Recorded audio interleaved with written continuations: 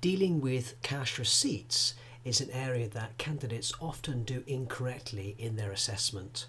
So we're just going to have a look at this in a little bit more detail and work through this activity step by step. Let's remind ourselves of the instructions. Lily informs you that now the receipts for the day have been checked, it is time to enter them into the cash receipts book. So we have 3 tasks. Number 1, refer to the list of receipts shown below and enter them into the cash receipts book using the pro forma. In 2, total up the cash receipts book and cross-cast to check your figures for accuracy.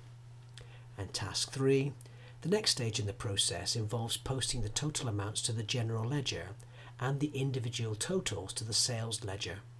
Record the relevant account names in the debit and credit rows of your cash book ready for posting to the general ledger. Now notice it refers to 2 different types of ledger here. So there's the general ledger, which will form the trial balance from which we prepare the financial statements. And then we have these subsidiary ledgers, these sales ledgers, and we'll have one ledger for each of our credit customers where we will just keep a running total of how much they owe us. So every time they buy something, we'll increase how much is in this sales ledger, and every time they pay us, as they are now, we will reduce how much is in the sales ledger for each customer. So we can just see how much at any particular moment they owe us.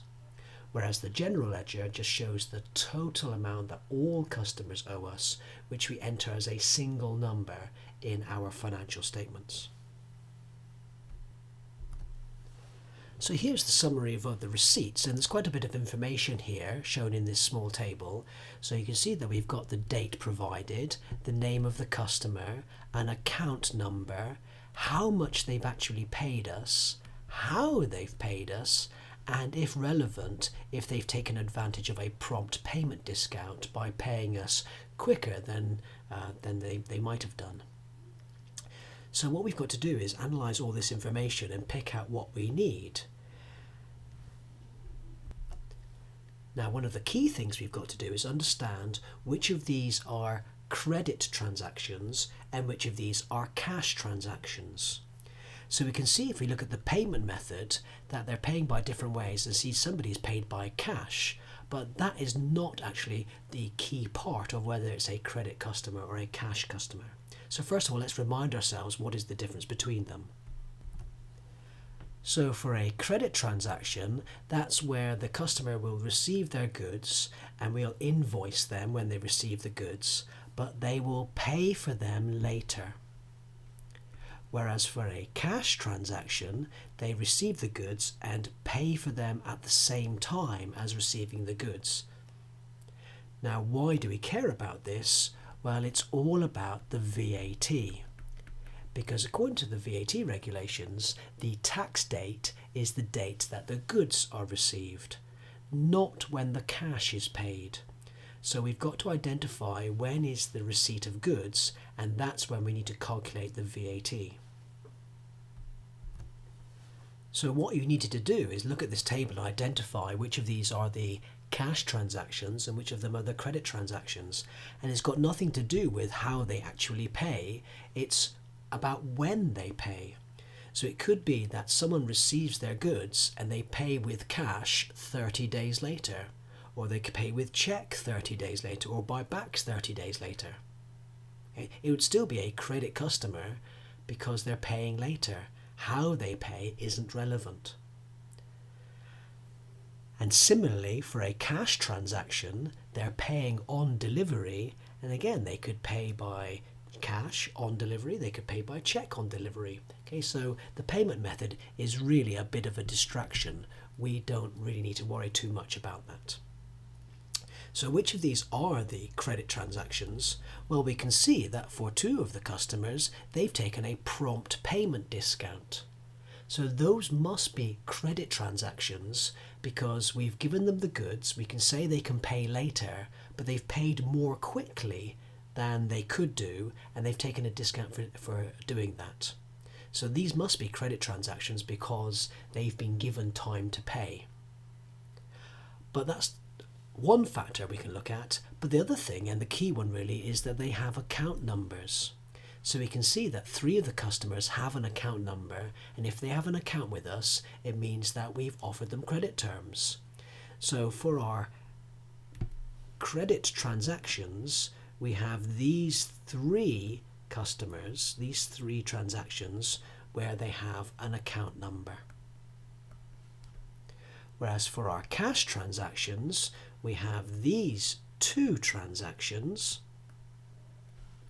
Okay, it tells that there's a cash sale, but in the real assessment, it's less likely to tell you that it's a cash sale. You'd have to work this out because they didn't have an account number.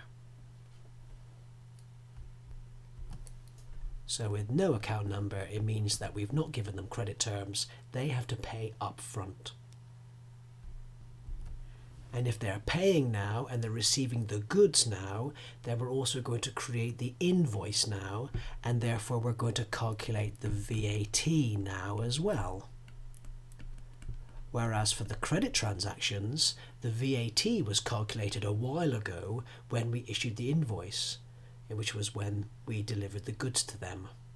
So when we enter these into the cash book, we'll need to separate the VAT for the cash sales, but we don't have to worry about that for the credit sales because the VAT was calculated a while ago. So let's start entering the transactions into the pro forma that's been provided, and in the real assessment they provide you with a similar table looking like this, and you'd have to type in the numbers into the columns, but in the details column there's probably going to be a drop down menu for you to select the text. So for Sizzlewitch Dramatics, again we were told that they had an account number, so we can pop that detail into the third column. In the reference column, the instructions told us to put in here the payment method, so they paid by backs, and then we have our total column 45475. And then we need to decide into which column we're going to analyze this. So notice how the cash book is sort of created, that we have a total column, and then we're going to analyze that between other columns. And we've only got 3 columns in this particular case because there are 3 types of cash receipts. We've got the cash receipts from the credit customers, we've got the cash receipts from the cash customers, and they've got VAT. But there could be other columns as well. We might have, for example, interest received on our bank account. That'd be another way that we could receive cash.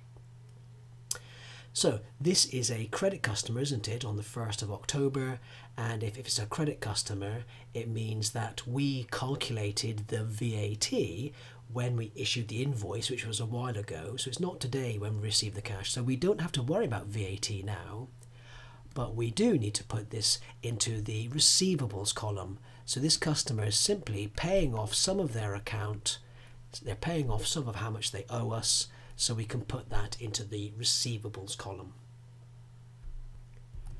Similarly for the second transaction, this was another credit transaction, and therefore the total is analysed into the receivables column.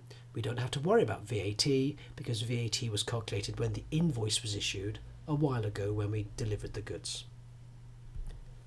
For the third transaction, for all seasons, so there is no account number because this was a cash sale, so they actually paid by credit card, and they paid $87.44.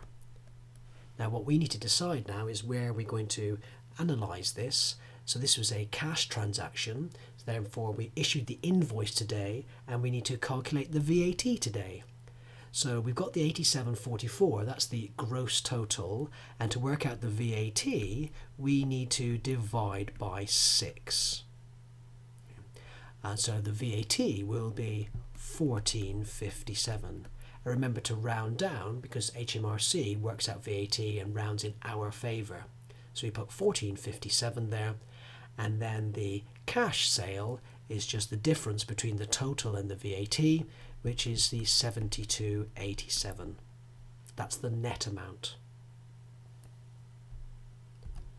Remember that the number that appears in the total column needs to be the sum of all the other columns in the analysis. Another way you could work this out is, again, from the total column you could work out the net amount, where we're going to multiply by 100 divided by 120. Remember, VAT is 20% of the net amount, so we want to divide by 120 and then multiply by 100 to bring us back from the gross amount to the net amount.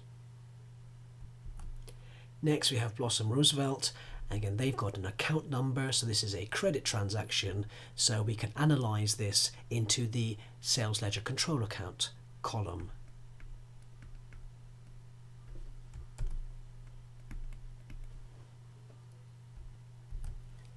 And finally we have Dreamscape. They don't have an account number, so this is a cash transaction. Okay, they actually paid by cash, but remember that's not really relevant to how we do the analysis. They paid a total of £160.80, and because they're a cash customer, then we need to work out what the VAT is. So we divide by 6, and that gives us £26.80. And then the remaining amount is the amount that goes into cash sales. So that's £134. So those are the 5 transactions we've entered into the cash book. We then need to work out our totals just to make sure that it all adds up properly. So the total of the cash sales figure is 206.87. The total of the VAT column is 41.37. The total of the receivables column 949.92, and then the total of the total column 1198.16. And the instructions told us to do a crosscast as well, so yeah, we want to make sure that the total of these numbers add up to 1198, but similarly we want to make sure that the total of these 3 numbers add up to the same number as well, and that makes sure that we've done everything correctly. Task 3 then asked us to work out how we're going to post these. Now remember, the idea of having this receipts book, having a book of prime entry, that we record all the transactions in the book of prime entry, but we don't want to do double entries for every single transaction. Because if we've got a manual system, that's going to be very time consuming to have 5 transactions and then do 5 double entries.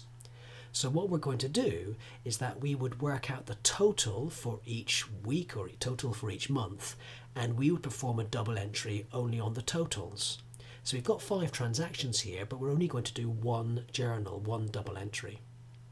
So we just need to decide how we're going to post these different amounts.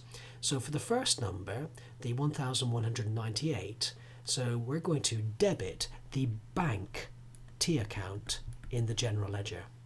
Now remember, dead click, our memory aid, so bank is an asset, yeah, that's a resource that we can control, and we can use that money for our benefit in the future, and we've received the cash, so this asset has gone up, that's a debit. Okay, what about in the second column? So this is receivables. Well, a receivable is an asset as well, because if the customers owe us money, that's another good thing, isn't it? That's going to be for our benefit. So receivables are a debit. But notice in this case, if we're receiving cash from these customers, it means that the customers owe us less money. So actually, this asset is getting smaller. So we would credit the sales ledger control account in the general ledger. And then for VAT, well, if we've made some sales, that means we owe money to HMRC. And if we owe money, that's a liability. And in dead click, a liability is a credit. So we're going to credit the VAT account with this liability. And then for our cash sales, remember sales is a form of income. Okay, that's the I in dead click. So we're going to credit the sales account. Now remember, we were also given information about prompt payment discounts, so it's important that we record these somewhere in our books of prime entry as well, so that we don't forget about it. Yeah, these customers have paid us less than we invoice them, and they might be upset if we keep on asking them for that money when they don't need to pay it. So the book of prime entry we would use is the discounts allowed day book. So we've entered the 2 transactions with the total prompt payment discount that they've taken, but we need to analyse this between how much is VAT and how much is the net amount. So to work out the VAT, remember we're just going to take the gross amount and we would divide by 6. So that means that our VAT would be £2.19 and £1.11 for the two transactions. And then we deduct that from the gross amount to give us our net amount, the £10.95 and £5.55. And then we can work out our total column, our totals for each of these. So we've got £19.80, £3.30 and £16.50. Okay, so let's think about how we're going to put this in our double entries. So for the total column, well, here we're going to recognize that we've given a discount and therefore these customers don't owe us this money anymore. So we're going to credit the sales ledger control account. Now remember, this is an asset. Yeah, the sales ledger control account is an asset, and these customers owe us less money because they're allowed to take a discount. Now what about VAT? Well, we're going to debit the VAT account. Now this is a liability account, and why are we debiting it? Well, because if the customers are paying us less money, that means we owe less VAT to HMRC. And if we owe them less money, it means the liability is becoming smaller, and that's a debit. And then what about the final column? Well, we're going to debit the discounts allowed expense account. So by offering a discount to our customers, that's an expense for us. That's reducing our profit, and that's a debit.